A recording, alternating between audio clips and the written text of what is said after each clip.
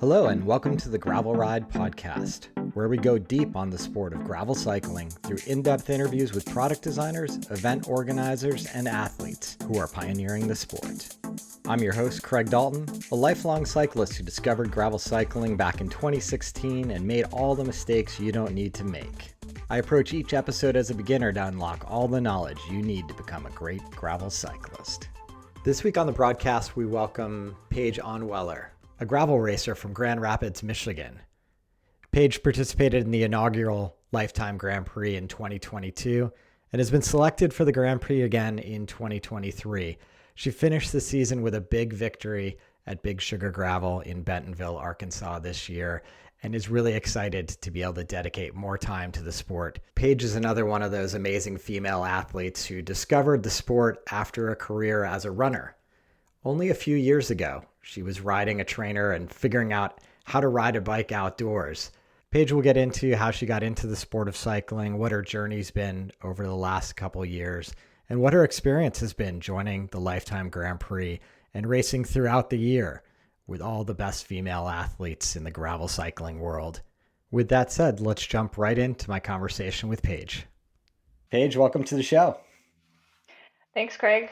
Glad I'm here. Good to see you. Yeah, it sounded like you had a busy day in the ER, so I'm pleased you're making time for us this evening. Yeah, I was a little late to this meeting, so thank you for being flexible. The ER is a little busy these days. Yeah, no, of course. My pleasure. Hey, I always love to start off, Paige, by getting to know you a little bit about your background. Like, where did you grow up? So I grew up in kind of a smaller town called Lapeer. It's in Michigan, kind of in the Thumb area, maybe like an hour north of Ann Arbor, if people know that as a reference point.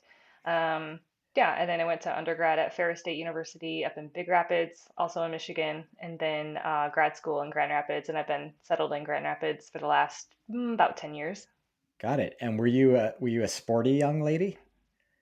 Kind of. My parents kind of made us get into sports. Like, I think they wanted to keep us out of trouble and keep us busy. And so, yeah, I did like swimming and diving and softball, volleyball, track, cross country. I was a big runner. I actually got a scholarship to run at Ferris, and that's, cross country and track. So I did running for many years of my life and was a very dedicated runner even after college on some post-collegiate elite teams. That's kind of where most of my athletic background was. What was that journey like as a runner? Did you sort of materialize in high school that you had a good endurance engine, or were you more of a sprinter at that point? I was more middle distance, to be honest. I kind of was an all-arounder. Like, I definitely wasn't a sprinter, but I kind of excelled at like 400 meters and anything up to 2 mile, at least in high school. But more focused on like the mile and 800. And then in college was similar. I was more middle distance, 1500 meter was kind of my specialty in track. And then in cross country, it's just a 6K for NCAA. So that was kind of my specialty overall. But I got injured a lot. And so I think, I could have done much better, like in the 10K or 5K, I think would have suited me more. But I think I was just always injured that we kind of kept doing the middle distance, shorter volume, or less volume. But then after college is kind of when I started to hit my stride a bit in the endurance events. Like I did an ultra marathon in the Grand Canyon, and that was like 55 miles, like rim to rim to rim, it's called. And started doing like more half marathons and those longer distance events. And that's when I was beating all of my college times and just really excelling. So I think after college, once I was healthy and not getting injured as much, I was able to kind of, consistency really helps with endurance. So if you're not getting injured and you can keep running, then you're going to do better. That's quite a huge journey from where you started out as a runner to doing ultra marathons. As you progressively grabbed hold of longer distance events, did it feel sort of more comfortable and more what you were built for? I don't know. I mean, I was still running similar mileage throughout the week, but a lot of it was like power hiking up hills and like getting used to like the vertical gain because in running, like ultra marathons are very there's a lot more climbing and descending, and you have to get your quads ready for like that descending load, and the eccentric changes that occur. And so I feel like it was similar, but yet very different. The volume was similar, but the intensity was much lower. And I think that probably helped. But honestly, like I just love being outside and being outdoors, and I just like working out. And so, yeah, I mean, I think the longer stuff was fun to me, and obviously more challenging, just in a different way though. Like, a half marathon and 10 miles, like what I loved, and those are like, hour and 20-minute all out efforts, relative to like an endurance ultra marathon, which is like the whole day. So just kind of a different type of pain, I guess. But I enjoyed the process for both, and how you train for those. Yeah, they're so distinctly different as running disciplines. I've done a little bit of ultra marathoning myself, and I hear you. Like it's this descending that really adds up. But Yeah. for me, the interesting thing was it was a complete mentality shift, right? Because Oh, yeah. you're running in the woods, you come up to a big hill, and the 10K-er in you wants to run hard over everything. Yeah. But every ultra marathoning coach or colleague or friend is going to tell you, no, just shift into another Power gear and hike. walk up this hill. Yeah, to power hike Yeah. up the hill. Yeah. No, for sure. And it's funny you say that, like the mental change is, more than anything. And I've been a coach for many years, and when I was coaching ultra marathoners, like one of the primary focus, in the season was focusing and developing why they wanted to do that race. And because there was studies and research to show like having an emotional bond to those longer events gets you through it versus like, an hour and a half. So that's like a whole different way to train, and it's like more mental training than the shorter distances. And I always thought that was fun. And, my medical background kind of makes me a little bit more intrigued into that as well. Yeah, 100%. Like you just have to believe and you have to always put a foot forward. And I think I'm Yeah. sure we'll get into this later, just how the parallels with gravel racing, particularly the long stuff, you got to keep Yeah. going and know that your body's capable of much more than you probably think it is capable of. Yeah, for sure. So did you discover cycling at any point in that journey so far? I mean, I would hop on a spin bike when I was injured, right? But it was always dreadful. I'm like, oh, I'd rather be running, and I'm here in spin class. This is lame. But it was like I didn't know what any of the numbers meant, and it was always kind of a punishment for me. So I had no idea. It was always like what I had to do to stay in shape for running. Every time I was injured, I'd go on the bike. And it was usually a stationary bike or a spin bike. But it wasn't until the pandemic, so about 2 years ago, is when I started biking outside. And that was terrifying, like the clipping in for the first time. And I was like, what am I doing? I'm like, this is horrendous. I'm gonna crash.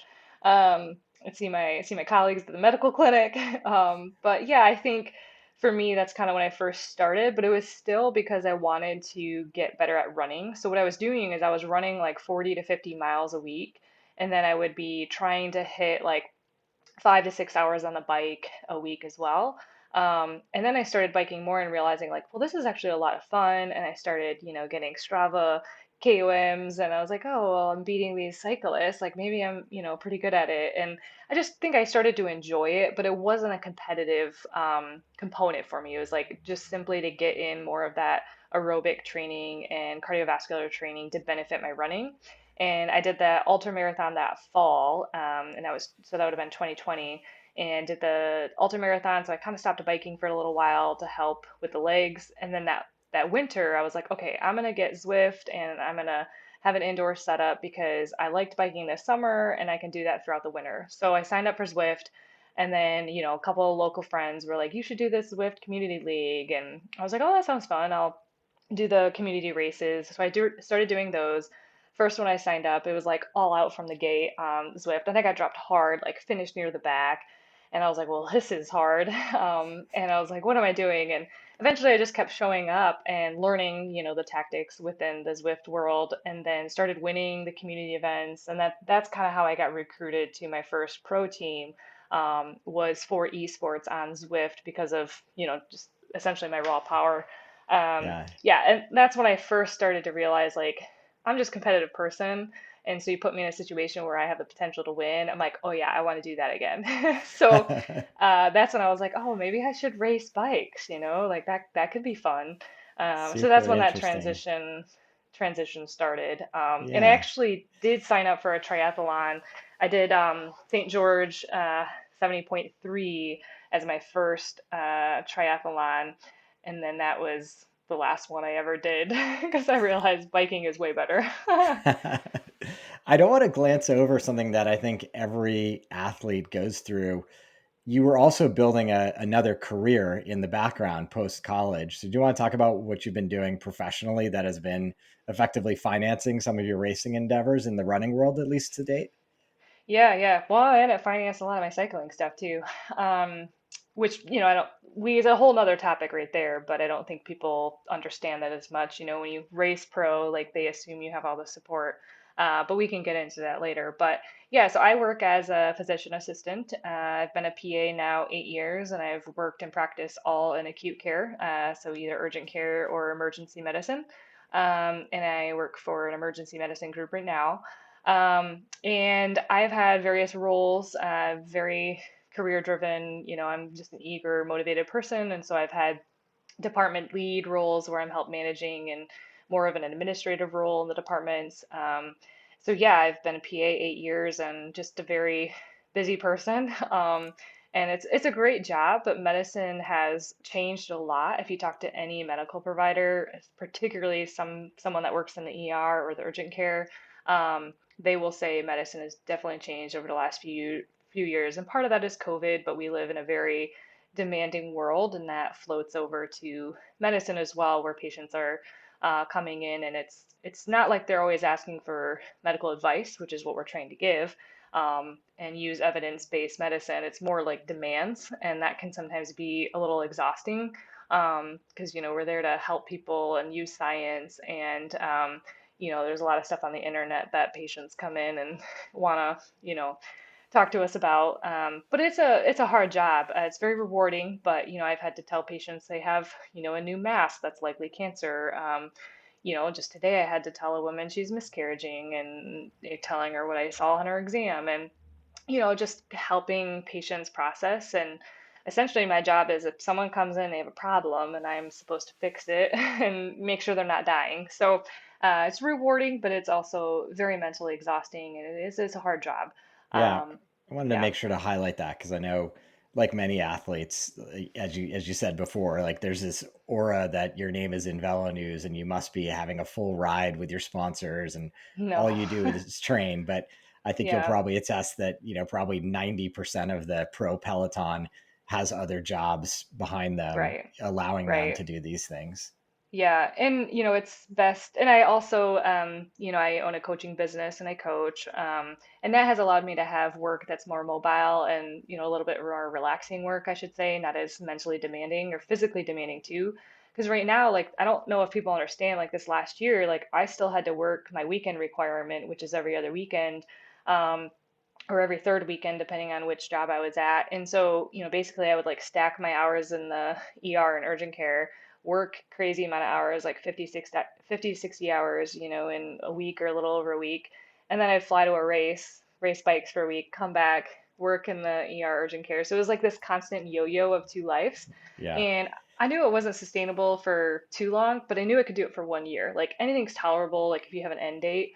And I also knew like I had so much potential in cycling. I just hadn't had the opportunity to get the support that I needed. And you have to earn that. Like I never expected to have, to only be able to race bikes. Like I was thinking it'd be a 5 year process for me to get financial support. Um, but yeah, I mean, it's very hard. And I do think, for example, social media is a good example where posting all the positives, and that's a good thing. We want to do that. But at the end of the day, the reality is like it's not always as glamorous as people may, assume that it is. Yeah. So you were just touching on your journey. You got identified as a strong athlete via the Zwift kind of experience.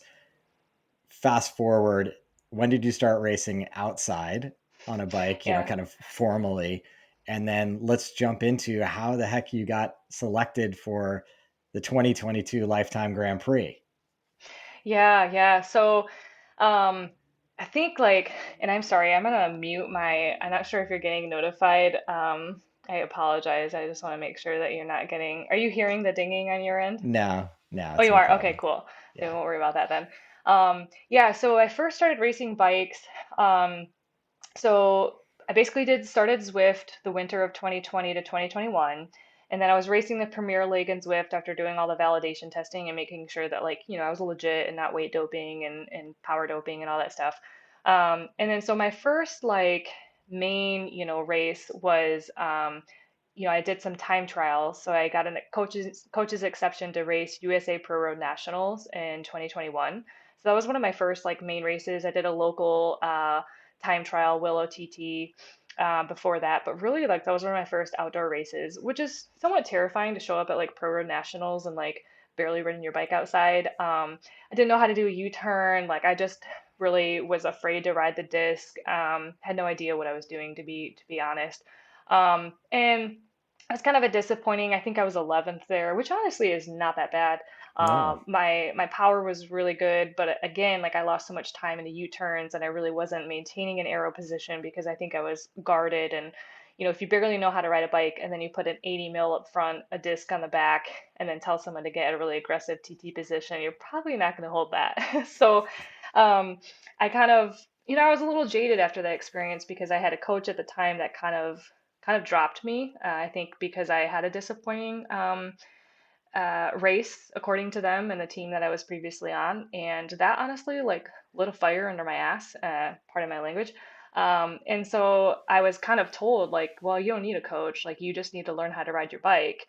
And in my mind, I'm like, well, that's why I need a coach. And so I went and hired my own coach, paid my own money. And then I signed up for the biggest mass start gravel race that I could find. And I said, gravel doesn't have all these rules. Like with road, I was working a lot of weekends and I live in the Midwest. There's just not access to road races to do all the category upgrades. And it just didn't make sense for me. And gravel seemed like a good way to like try to prove myself and have the opportunity to race against the guys and really show like I was strong. So signed up for Gravel Worlds. That was August of last year. That was my very first mass start bike race. My very first ever bike race was the so the March that March in 2021, but they did COVID wave, so I really don't count that as a mass start race. So I would say, yeah, August 2021 Gravel Worlds was my first mass start race, and I kind of told myself like, okay, don't die, because I like had barely ridden in a pack before. I didn't know what I was doing, and that race also starts in the dark, so it's like dark. There's like gravel flying everywhere. You're in a pack. I'm like, I'm gonna die. Like, what am I doing? Um, but I didn't die. I definitely did okay. I was fifth. But I remember thinking like, A, I had fun. B, I did decently well relative to like my experience. And I was like dangling off the peloton, right? Like I wasn't in the middle. I didn't know how to draft. And so there's just all these things where I was like, okay, I think there's something here. And again, more importantly, like I had fun. The community was great. That event is very inclusive. And so it was just a really good like first experience. And so then I signed up and I did Barry Roubaix that fall, and I ended up getting second there. Um, and yeah, I kind of thought to myself, maybe I have a future in this. I did Iceman, I barely ridden a mountain bike, borrowed a mountain bike from a local guy. His name's Peter.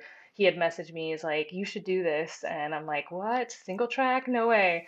So yeah, last year was kind of like my first experience without all that. And when I heard about the Lifetime Grand Prix, I applied thinking like, there's no way I'll get in, but And was your application sort of, hey, I was this runner, I had this career in running, and I've transitioned, I've shown these sort of glimmers of potential yeah. already kind of thing? Yeah, and I just highlighted and said like I need more opportunity to show how strong I am and I need help with that. Like I didn't even know about race entries. You have to register and get into the lotteries like before Yeah. I didn't even know what SBT was. Like I was that new. People don't understand. Like I have no idea even what these races are like.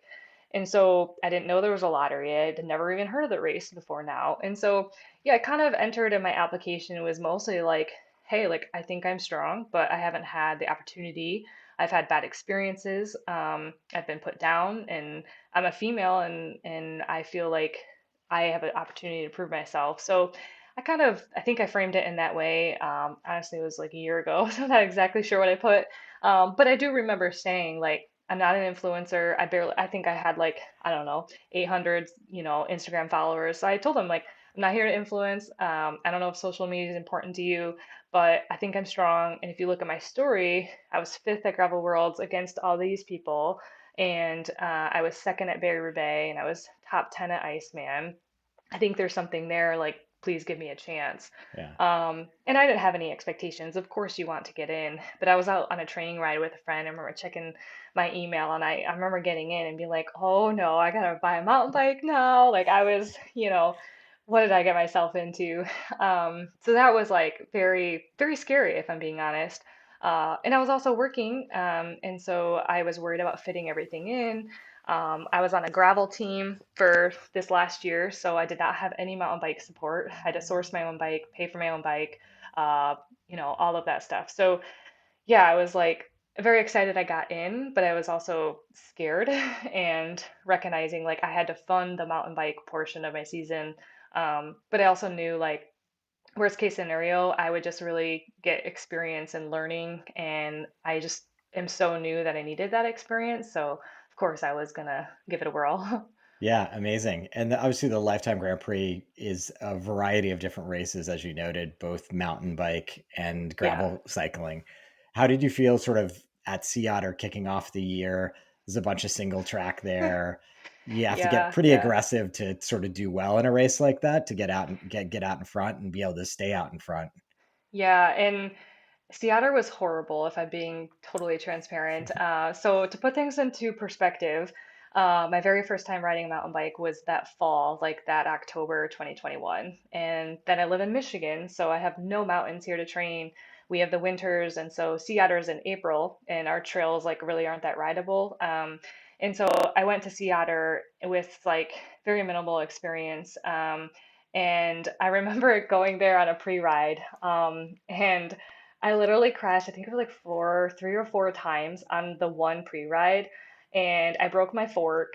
Thankfully, the guys at Fox replaced it for me. It was incredible. But the reality is, like, I remember crying on the sideline of the trail, thinking, like, what am I doing? Like, I can't do this. Like, I can't even pre-ride and stay upright. There's no way I can race in this course.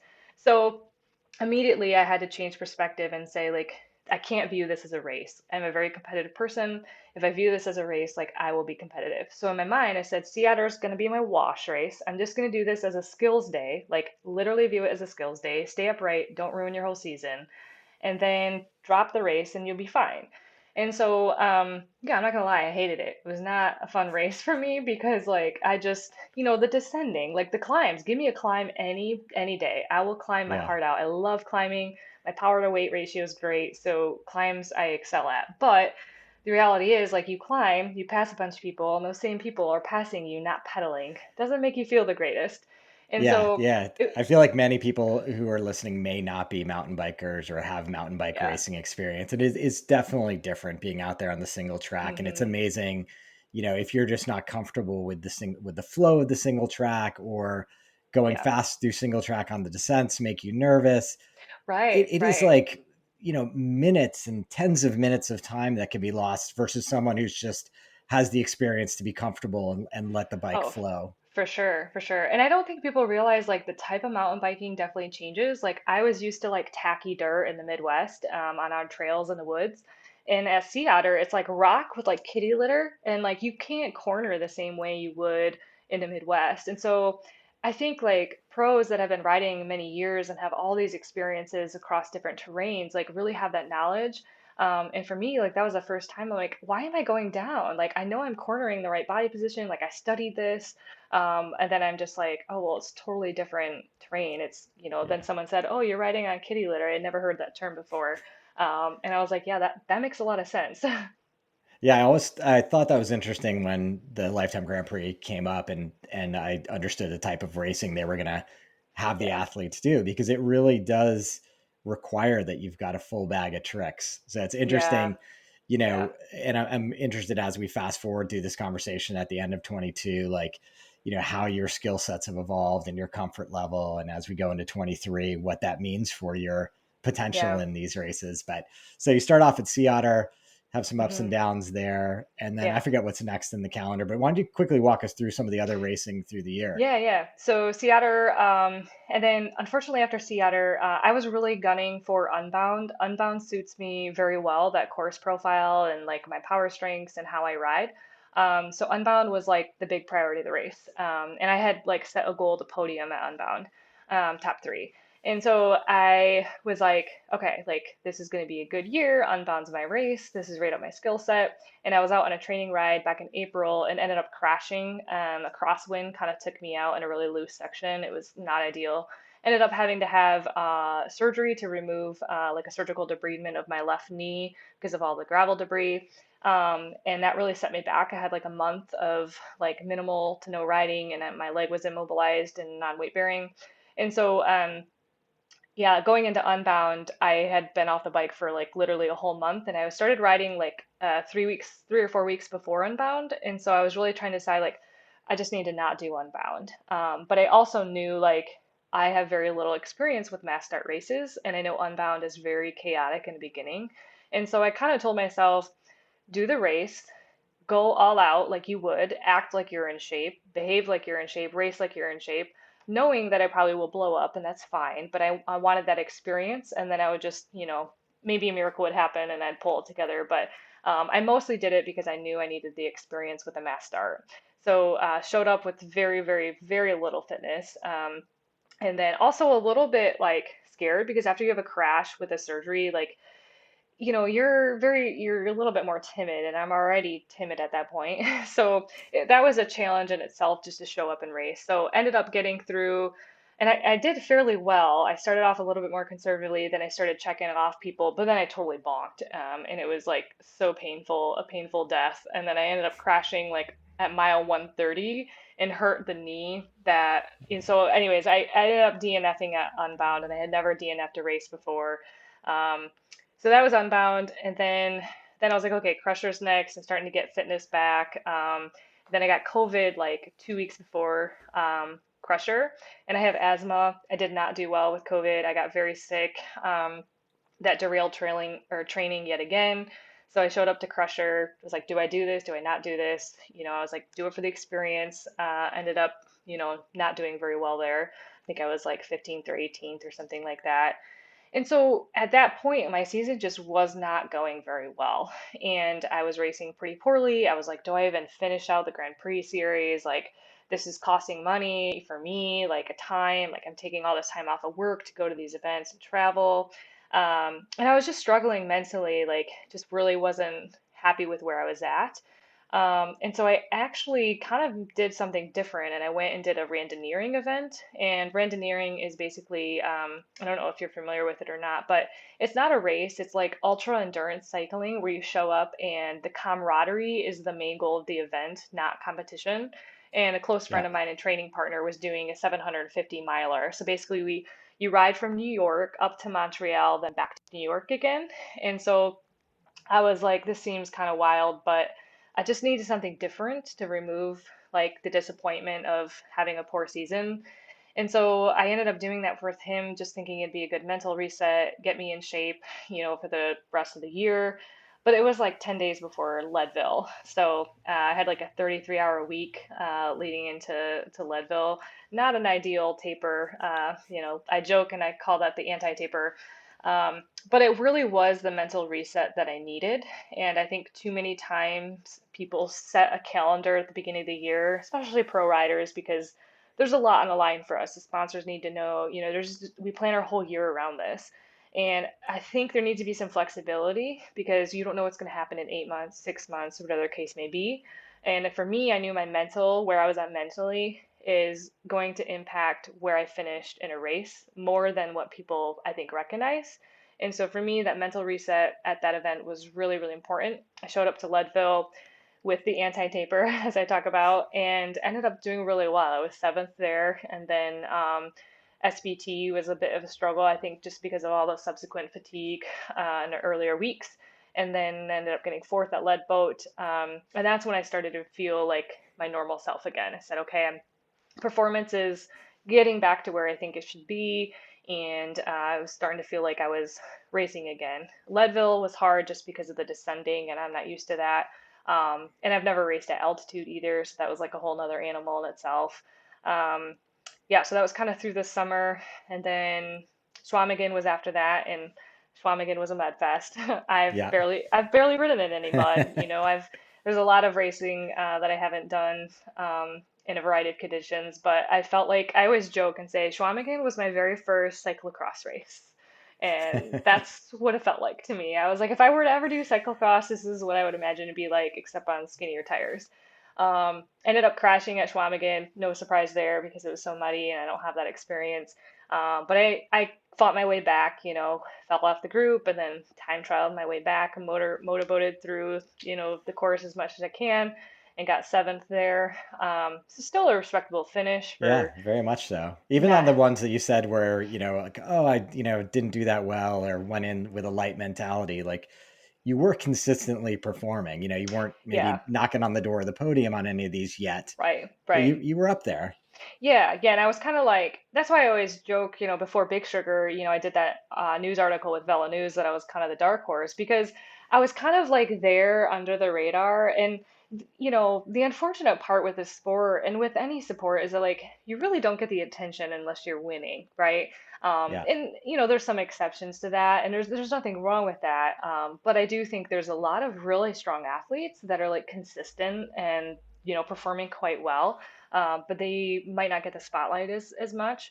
And so for me, like, I was okay. I just, and this is something I'm always struggling with too, is just to be happy with what you have that day. Because I'm always wanting more, right? And some of that is knowing what I'm capable of, and part of that is like wanting to prove like who I am and what my worth is in this sport. Mostly because I had some rejection last year. My very first, year in the sport, I was rejected by, someone that I respected and that I looked up to, and that was my coach. And then, so I think like that kind of always had stayed with me a bit. Um, and I admit that, uh, and I don't know if I should admit that, but I think there is some truth to that. And as an athlete, you need to assess like where the drive is coming from, and you need to make sure it's from a healthy place. So I did a lot of that this year and making sure that like I want to win because it's for me, and not having anything to prove either. And I say that like I had to prove myself, had to prove myself. I think I'm at a place now where I know what I'm capable of, and other people know that too. But in gravel, it's such an unpredictable sport that you can be there. You can have the legs for the win, but it doesn't mean that you're going to win. Yeah, Um, I think as you go back to races every year, the weather conditions can change. yeah, You can have a mechanical, you can have nutritional issues. There's so many right. things that can go wrong in these long events that Yeah, it's hard to keep going. yeah. And because you always know it's like something went wrong. I'm sure even in like a great day winning Big Sugar, Hmm. something still went wrong along the way that you had to cure Yeah. and keep going. For sure. Yeah. I think the biggest thing is you just have to be really good at losing.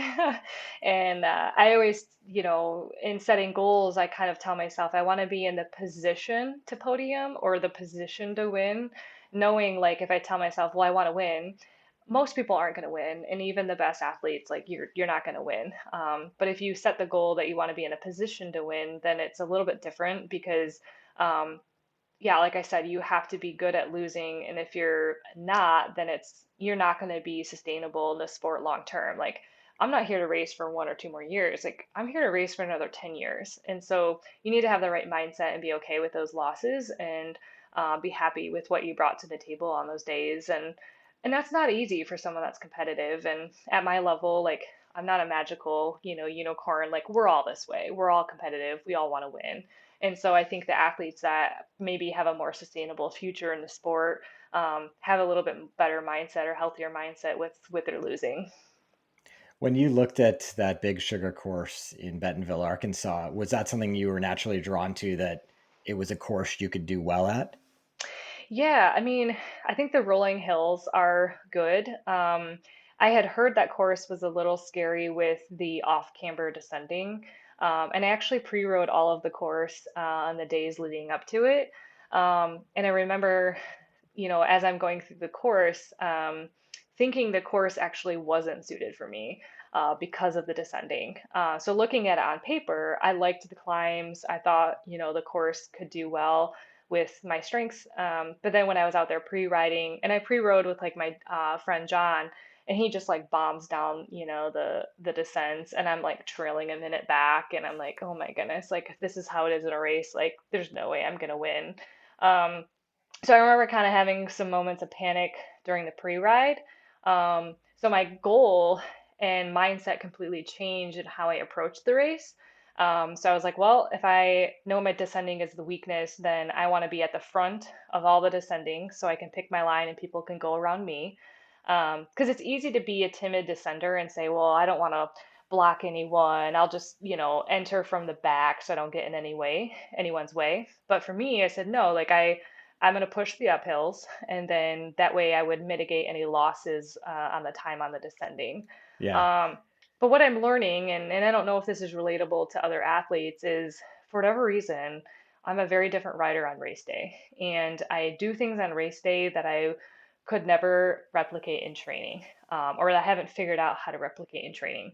And I think that's because I'm just very competitive and I do take more risk. And then you just kind of let the bike do its thing and you trust the process. And so on race day, like I was descending quite well, much better than what I did on the pre-rides.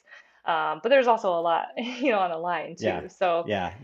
So, yeah. so uh, one of the big things that weekend was that there was a forecast for heavy winds that Hmm. did materialize. Did Yeah. that go through your mind at any point? And did you make a calculation that that was a particularly good thing or bad thing for you?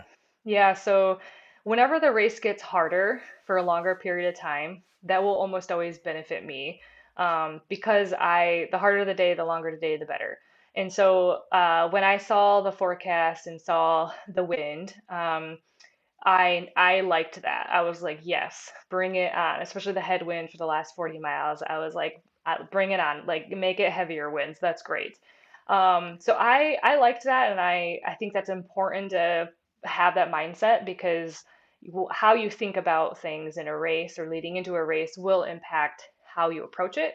And so people that dread headwind or complain about it or maybe have a more negative mindset, maybe they don't do as well. I don't know. That's just my theory. So I ended up making a move pretty early, and it was risky, like without a doubt, because I was with a pretty solid group of most of like the lead women, and then I left that group to ride with one other person. One other guy came with me. And what ended up working in my favor is that we were both very strong and motivated to like keep going. And so we started picking up all these men that were falling off the lead group. And good, strong guys, like, famous pro gravel guys. And I just remember like the group kind of swelling, and that really benefited me into the headwind section. So oftentimes, like if you're with a group and you leave them into a headwind, like it's a risk because you're with a smaller group, but then all the people that you just passed now catch back up to you. That's a possibility. But I also knew at that point, like I was feeling pretty good. So if I had to like buckle down and just, solo TT, like maybe I could have pulled that off. But the reality is, like, it worked out well. We started catching other men off the leads group, and, that seemed to work well. And in gravel, like I'm sure you've maybe experienced this, like your group is really dependent on how you do. And so sometimes you're with a group and we're all working well together, and especially in wind sections, having that even rotation, someone peeling off and not having this yo-yo of pace. And the group I was with was doing well with that, and that helped. Yeah, absolutely. That was huge for me that weekend as well. Yeah. I happened to make a selection early on through one of the pinch points in the early part Hmm. of the race. And then I just happened to be with congenial, well working, Yeah. simpatico people. And I was bearing myself to stay with them because I knew, to your point, like Yeah. if I was off by myself, it was going to be a dramatically different day. And Right. sort of as it Right. turned out, I finished way ahead of where I ever would have predicted I would have finished, Yeah. simply because of a couple of good decisions, a decent amount of effort, but also a lot of just good luck of riding with people. Yeah, yeah. And like you said, like sometimes you do bury yourself, and that last hour of that race was really challenging for me because I was at my limit, and I just remember thinking like if you fall off, it's gonna suck a lot more than what it's doing, what it's sucking right now. So I just remember thinking like hang on, just a little longer. Yeah, and I remember like Ted King kind of like made an attack, like I don't know how many miles we were from the finish, and I was just like, "Yep, see you later." I was like, "There's no way I'm going with anyone that makes any move right now." So, but it's also hard because I didn't have any time gaps. Like I had no idea, and I remember thinking like going into the finish, and I hadn't really seen a lot of media cars in the last half too. And so I remember thinking, I was like, is there someone else in front of me? Like, do I put my hands up across the line? Like, did I really, am I really winning? Like, I knew in my mind I was, but yeah, it's sometimes really hard because you're like not thinking straight, you're working so hard. No one's told you you're in first, like, an actual official or something like that. And yeah, like the lack of media and time gaps, like sometimes you don't really know. Because we're not like the men where there's no other rider in front of us. There's all these Yeah. men, and so it can get really confusing for the females. And I get bummed about that sometimes. I think there's some opportunity for races to improve what that looks like. A lead moto car for the women, right? Perfect example. That sort of stuff. I think there's some room for improvement there for sure. Yeah, interesting. So when you cross the finish line and someone confirms that you are indeed the first place Yeah, women athlete, how did you feel? I mean, you had a whole season where things weren't coming together necessarily. What was that yeah, like? yeah. I mean, it felt so good. Like I kind of like I think I remember joking with a friend. I was like, if I win, I'll thank you for picking up my groceries or something. And I think they probably chuckled like, yeah, you're not gonna win. And I just remember like it just being I felt validating. Like these are things I knew I was capable of having a big win this year.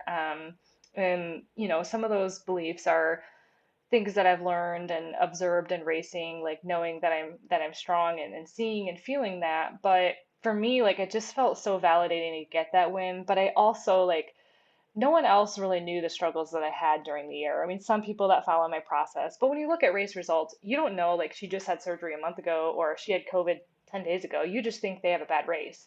And so what I've learned this year is that race results do not tell the whole story. And so for me, like the win was great. And I'm sure a lot of people would be like, yeah, big breakthrough race, she got lucky or good for her. But the reality is, like, it's so much deeper than that. And like those, you know, feelings like are so personal and really the only people that know that are like the people are closest to you and your family. And so I just remember being overwhelmed and like immediately wanting to call my family and talk to my sisters and my mom and dad and just yeah, it just felt so good. And I was excited. Like I knew like I had raced a little differently. I raced more aggressively and I came up with a plan and I stuck to it and I wasn't afraid to like make the moves. And I think before like I was maybe more timid and more reactive to how I raced. And that was like eye-opening for me. So I remember thinking as I finished like I think I learned how to ride my bike today. So and what I mean by that is like just being more ballsy. And when you make a move, you stick to it. So it made me really excited. Like I immediately wanted to be like, is it 2023 yet? Can I race more? Everyone's like tired and they want the season to be over, and I'm just like getting started. So I remember just being, validated, excited. Yeah, I just felt really good. But of course, like, you get pulled away to get a drug test. I didn't have my phone. Like I didn't eat after for a while, and anyways, it was a blur after that. Yeah. Yeah. And then for me, it's like you win a big bike race, and it's like this huge career defining moment for me to win Big Sugar. And then it's like immediately fly back and then go work in the ER. And it's like people in the ER, like they don't know what Big Sugar is. They don't even know that I was gone racing bikes. And so I just go back to work, see patients, and la Right. da da da There. da, and then try to deal with all these sponsor, decisions for next year. So it was like two worlds, and yeah, it was definitely an adjustment coming back home. That's crazy and exciting. And I'm glad I was able to witness it. And I'm glad Yeah, I was able to revisit it with you now. yeah. So you talked about your eagerness for 2023. I'm not sure exactly when this will post, but probably in January of 2023. I just saw the announcement that you've signed on board for another year of the Grand Prix. Yeah, yeah. So I put my name in the hat for year two of the Lifetime Grand Prix. So yeah, I got accepted into that. So they upped the ante a bit with 35 athletes for the women and 35 for the men. They seem to have a good lineup. And yeah, I mean, that series really gave me a good opportunity. And I really feel like Lifetime is trying to um, make some good changes, some positive changes. It's the most competitive female pro peloton. You go to other races and you don't see the depth of women that the lifetime events are bringing. So that to me is like, if I'm racing, I want to race against the best. And I love that. So that's been awesome. They're also trying to make sure that this is a clean sport by doing drug testing, and they're going to be increasing that. And I very much support that. I think that's awesome. And so, yeah, I just think there's so many positives that Lifetime Grand Prix series is bringing in. And, it's not perfect, nothing is, but they're willing to listen to the athletes and get input. And, hopefully I can be a part of the change that's happening in American cycling. Yeah, you must be happy that you did gut it out and attend all the events. So now you have at least a bit of knowledge of what those courses look like, et cetera. Yeah, yeah, for sure, for sure. And then they have added a seventh event that they haven't announced that's going to be a wild card. And the fact that you can drop two events, does that meaningfully change the way you approach the season, those variables? Or do you think it more is just an accommodation that stuff happens to athletes along the way and it's just giving a little Yeah. bit more of a breathing room for, getting COVID, having a crash, et Right, cetera? right. Yeah, I think if you would have asked me that question last year, I very much had the mindset of this is a race I'm dropping and these are the ones I'm doing well at. But I think at this level of racing, like you better bring your A game to all seven, and then like you're gonna get a flat or mechanical or an illness. So my mindset is to race hard. There will be races that will be more important to me personally that I'll target. But for the most part, I'll definitely target all of them, and then, just stuff just happens. But, for example, Sea Otter, like, that's not going to be an A race for me. Like, I'll probably do the road event the day before. That's, it's just not going to be something that I'm going to aim to win because of my lack of skill set.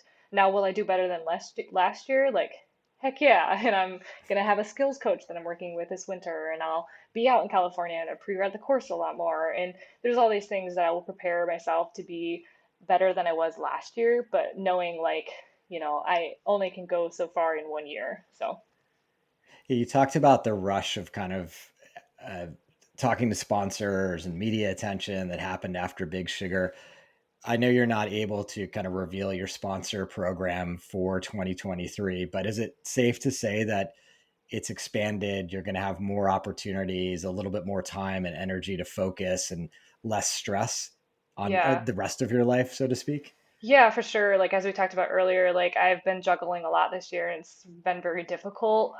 Even though I act like I'm handling myself well, like it's been a struggle a lot of the time. So I am excited that in 2023, I will no longer be working as a PA. I will be racing bikes full time, and I'm extremely grateful to all the sponsors that I'll be bringing on board that see my potential and want to invest in what I'm potentially capable of doing. Because I am a new rider, and I think there's other people in the sport that may have the level of support that I'm going to be having that have been doing this a very long time. And so I don't take for granted that these are sponsors that see potential in me. You can't just win one bike race and expect that, you're going to be able to race full time and have that support. So yeah, I'm very excited about that. My last day in the ER is January 3rd. And then, yeah, I'll drive directly to California after that to escape the winter snow here in Michigan, and get some big training block in, and yeah, start learning more in 2023. That's so amazing. And congratulations for that all coming together. It's just got to mean so much to just have the opportunity to kind of go after it in 23 and really see what your potential is. Yeah, no, I am excited, and I'll be doing a privateer program, and I think what I love about it is that the you get to work directly with the sponsors, and you have input into products and equipment, and you feel like you have a voice, and you work with people that you respect and value, and it just feels like a family. It already has felt that way with me, for the sponsors that I'll be working with, and I'm just excited. And the other part of that is that when you are privateering, like you have a platform for advocating for what you believe in. And, I want to race well, but I also have some goals off the bike too. And I think those are important for me to start building towards in the cycling world. So it's just fun to have that freedom and opportunity to work with brands that believe in that too. Yeah, that's awesome. Well, I'll certainly be following along with you in 2023. And I think you've got a lot of new fans that want to see how you're going to do out there. So Yeah. best of luck. The conversation was a lot of fun. And again, I wish you all the best. Thank you. Thank you. That's going to do it for this week's edition of the Gravel Ride podcast. Big thanks to Paige for joining us. We wish her all the best in the 2023 season. As usual, the Women's Lifetime Grand Prix is setting up to be one of the more exciting series to watch and follow throughout the year. If you're interested in connecting with me, I encourage you to join the Ridership. That's www.theridership.com. That's a free global cycling community to connect with other gravel cyclists around the world.